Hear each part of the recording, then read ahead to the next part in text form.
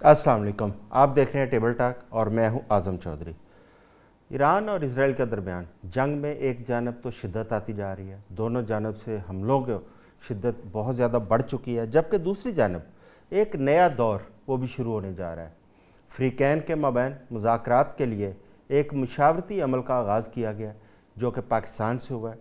3 مختلف ممالک جس میں سعودی عرب، ترکیہ اور مصر، ان کے وزرائے خارجہ آج اسلام آباد آئے اور انہوں نے اسحاق ڈار صاحب کے ساتھ مل کر یہ مشاورت کی، اور اس جنگ کو روکنے کے لیے مذاکرات کا راستہ آگے بحال کرنے کے لیے پاکستان کا جو کردار ہے وہ بھی بڑی اہمیت کا حامل ہے اس وقت، جبکہ اس کے ساتھ ساتھ ایران کی جانب سے اس پہ کچھ خدشات کا اظہار کیا جا رہا ہے۔ ایران کی پارلیمنٹ کے سپیکر باقر کالیباف، ان کا یہ کہنا ہے کہ ان کا دشمن ایک جانب تو عوامی طور پر مذاکرات کی بات کرتا ہے، لیکن جو منصوبہ بندی کی جا رہی ہے وہ ایران کے اندر زمینی جو ٹروپس ہیں ان کو بھیجنے کے لیے وہاں پہ سازشیں کی جا رہی ہیں۔ یہ بات کس حد تک درست ہے اس پہ بھی ہم بات کریں گے۔ اس کے ساتھ ساتھ جو عالمی معیشت ہے وہ شدید دباؤ میں ہے۔ آبنہ ہرمز کے ساتھ ساتھ اب حوثی بھی کیونکہ میدان میں آ چکے ہیں، خدشہ ظاہر کیا جا رہا ہے کہ آبنہ ہرمز کی بندش کے ساتھ ساتھ یہ بحیرہ احمر کے اوپر بھی کوئی اس قسم کے خطرات لاحق نہ ہو جائے۔ ان تمام چیزوں کو زیر بحث لائیں گے۔ ہمارے ساتھ بات کرنے کے لیے موجود ہیں سینئر تجزیہ کار ہیں، دفاعی تجزیہ کار جناب بریگیڈیئر حارث نواز صاحب نے ہمیں جوائن کیا ہے، جناب ڈاکٹر حسن ظفر صاحب تجزیہ کار ہیں، وہ بھی ہمارے ساتھ ہوں گے، میڈم عظمیٰ گل صاحبہ ہمارے ساتھ ہوں گی، بین الاقوامی امور پہ مہارت رکھتی ہیں، اور باسم رضا صاحب ہمیں جوائن کریں گے۔ بریگیڈیئر صاحب، آج ایک مذاکرات کی راہ ہموار کرنے کے لیے ایک مشاورت کا سلسلہ اسلام آباد کے اندر شروع کیا گیا ہے۔ آپ کیا سمجھتے ہیں یہ کتنی اہمیت کا حامل ہے؟ کیا باقاعدہ مذاکرات میں جا پائیں گے یہ لوگ؟ دونوں ممالک کو، دونوں فریقین کو، امریکہ کو، ایران کو قائل کر لیں گے ہمارے وزرائے خارجہ مل کر کہ اس کو مذاکرات شروع کر کے جنگ کے اندر جو شدت ہے اس میں کمی آئے اور جنگ کی بندش کی طرف چیزیں جا پائیں؟ دیکھیں، بات یہ ہے کہ اگر امریکہ ظاہر ہے کہ اس اسٹیج کے اوپر ہے کہ وہ بھی یہاں سے ایگزٹ چاہتا ہے، اور لیکن آنریبل اکوٹل چاہتا ہے، لائک وائز ایران بھی چاہتا ہے مذاکرات کرنا، اور دونوں نے اسی لیے پریزیڈنٹ ٹرمپ نے 10 دن کا ٹائم بھی لیا ہے کہ اس دوران میں شاید مذاکرات ہوں۔ دونوں نے اپنے نقطہ پوائنٹ بھی دے دیے ہیں۔ اب ظاہر ہے کہ آج جب وزیر خارجہ کی ملاقات ہوئی ہے یہاں پر ہمارے پاس پاکستان میں، وہاں ان کے ڈسکشن ہوئی ہوگی، پوائنٹ ڈسکس بھی ہوئے ہوں گے، ایک لائحہ عمل بھی بنایا ہوگا کہ ہم نے کس طریقے سے ایران سے بات کرنی ہے اور امریکن پریزیڈنٹ سے بات کرنی ہے۔ سب سے عام بات یہ ہے کہ پاکستان کو اس وقت گلوبلی طور پہ بہت ہی ایک اچھی نظر سے دیکھا جا رہا ہے۔ پاکستان فوکس ہے گلوبل اس وقت پولیٹیکل افیئرس کا۔ جی ساتھ ہی ساتھ ہمارے فیلڈ مارشل کو بہت تعریف کی جا رہی ہے، نے بہت ٹیل سے بات کی ہے۔ آئی ایم شیور کہ جو وہ چاہتے ہیں ہمیں وہی بتایا، اسی طرح ایران کے پریزیڈنٹ سے ہمارے پرائم منسٹر نے بات کی ہے، تو کافی حد تک یہ چیزیں نظر آ رہی ہیں۔ لیکن ساتھ ہی ساتھ آئی آلویز تھاٹ کہ اس وقت جب مذاکرات ہونے شروع ہوتے ہیں تو بہتر یہ تھا کہ اس کو ٹیمپرری طور پہ سیز فائر کر لی جاتی تاکہ کانفیڈنس بلڈنگ میجرز ہوتے، نمبر 2 کنڈیوسیو انوائرمنٹ ہوتی ڈسکشن کرنے کی، اور بجائے اس کے کہ جب ڈسکشن ہو رہی ہو پتہ چلے ایران کا نقصان ہوا ہے یا اسرائیل یا امریکہ کا نقصان ہوا ہے، اس سے بٹرنس آ جاتی ہے۔ تو یہ بہت ضروری تھا جو کہ ابھی تک نہیں ہوا، اور لیکن کیونکہ اس وقت جو حالات ہیں امریکہ اس طرح اپنے ٹارگیٹ سے اچیو نہیں کر سکا، اور وہ اس کو فیس سیونگ چاہیے، سپر پاور ہے، ظاہر ہے ان کو دنیا کو، اپنے عوام کو انہوں نے بتانے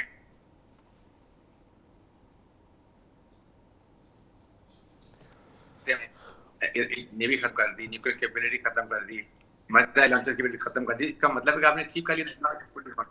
تو ان چیزوں کو دیکھتے ہوئے میرے خیال میں ان کو خود سوچنا چاہیے۔ اب ایران کی طرف سے کہ ایران از آن اے بیٹر پوزیشن، ایران اس وقت بہتر مورل گراؤنڈ پر ہے، بارگیننگ پوزیشن پر ہے، اس لیے ایران کو بھی خود سوچنا چاہیے کہ ایک سپر پاور ہے، نقصان وہ پہنچا سکتا ہے، شاید نہیں جیت سکتا، لیکن ان کے عوام کے لیے، انفراسٹرکچر کے لیے نقصان دیکھتے ہوئے تو کہیں نہ کہیں یہ بڑے اچھی اپرچونٹی ہے، بہت پاکستان کے لیے بہت بڑی کامیابی ہوگی کہ اگر یہ مذاکرات کامیاب ہوں۔ اور بریگیڈیئر صاحب کی جانب سے ہمیں آڈیو کا اکنامک کرائسس خاص طور پر آپ کے بریگیڈ صاحب آپ کے انٹرنیٹ پہ کوئی ایشو آ رہا ہے, کوئی آڈیو کا ایشو آ رہا ہے, ذرا پلیز دیکھیے گا. ڈاکٹر حسن رضا صاحب, حسن ظفر صاحب, یہ بریگیڈ صاحب جو بات کر رہے تھے, کیونکہ یہ بڑی اہمیت کی حامل ہے کہ اس وقت وزرائے خارجہ کی یہاں پہ مشاورت کی ایک میٹنگ ہونا ہے اسلام آباد کے اندر, اور اس میں کوئی شبہ نہیں ہے کہ پاکستان کی اس وقت اہمیت پوری دنیا کے اندر بہت اجاگر ہوئی ہے. لیکن جو ایرانی پارلیمنٹ کے سپیکر ہیں باقر کالیباف, انہوں نے خدشے کا اظہار کیا کہ ایک جانب تو مذاکرات کی بات کی جا رہی ہے, جبکہ دوسری جانب امریکہ جو ہے وہ زمینی حملوں کی تیاری کر رہا ہے اور اس کے لیے ٹروپس مشرق وسطیٰ کے اندر اتارے جا رہے ہیں. تو یہ کس حد تک ان کا خدشہ درست ہے؟ بہت بہت شکریہ اعظم چودھری صاحب. یہ خدشہ ان کا بہت درست ہے, اس لیے کہ آپ نے اگر آج پیٹ ہیگسیت کو سنا ہو, امریکن سیکرٹری آف وار, انہوں نے کہا کہ ہم بمز کے ذریعے نیگوشیٹ کرتے ہیں. وہاں پہ یہ پوسچرنگ ہو رہی ہے, یہ زبان استعمال ہو رہی ہے. ہم خوش ہیں اس بات پہ کہ پاکستان میں مذاکرات ہو رہے ہیں, پاکستان کا قد بڑھا ہے, پاکستان کو اچھی نگاہ سے دیکھا جا رہا ہے. ہم یہ بھی جانتے ہیں کہ ہمیں اس سارے عمل کو پورا موقع دینا چاہیے, اسے سپورٹ کرنا چاہیے, اور ہم کر رہے ہیں سپورٹ, اور کیوں نہیں کریں گے, اس میں ہمارا فائدہ ہے. لیکن اس کے ساتھ ہی جو کہ ہمارے پاس اس وقت ایک باؤنڈری ہے جو ہم نے ڈرا کی ہے کہ ہم اس سے زیادہ بات نہیں کریں گے عرب ممالک کے کردار کے بارے میں, اور جو وہاں پہ سارے معاملات ہو رہے ہیں دنیا تو سن رہی ہے. اگر ہم وہ باتیں نہیں کریں گے تو ہم بے وقوف لگیں گے, اس لیے کہ جو حقائق ہیں وہ تو ساری دنیا کو نظر آ رہے ہیں. اس کا طریقہ یہ ہے کہ آپ یا تو پابندی لگا دیں انٹرنیٹ پہ تاکہ لوگ سن نہ سکیں وہ باتیں, اور ہم وہ بات کر لیں جو اس وقت آپ کی ضرورت ہے. صحیح ہے. حقائق جو ہیں وہ اس سے بہت مختلف ہیں جو چیزیں سامنے نظر آ رہی ہیں. اس میں جو سب سے اچھی بات ہے کہ پاکستان کا آج وہ جو انٹرنیٹ پہ چل رہی تھی ایک ویڈیو کہ پاکستان کے فلیگ کو وہ گزر کے جا رہا ہے اور ساتھ میں ایک ایران کا وارشپ کھڑا ہوا ہے, کشتی کھڑی ہوئی ہے ان کی, اور وہ ایک دوسرے کو سلام کر رہے ہیں, اچھا جسچر دے رہے ہیں. یہ ہمارے لیے خوشخبری ہے. ہمارے لیے یہ بھی خوشخبری ہے کہ دنیا میں اور لوگ ہم پہ اعتماد کر رہے ہیں, اہمیت دے رہے ہیں. لیکن اس کے ساتھ ہی جو دوسرے مسائل چل رہے ہیں اس کو دیکھنا ضروری ہے. نیتن یاہو نے فنڈنگ کی حماس کی, $1 بلین گئے. آپ بھی جانتے ہیں, جو یہاں پہ لوگ موجود ہیں وہ سب جانتے ہیں, ہمارے دیکھنے والے بھی جانتے ہیں.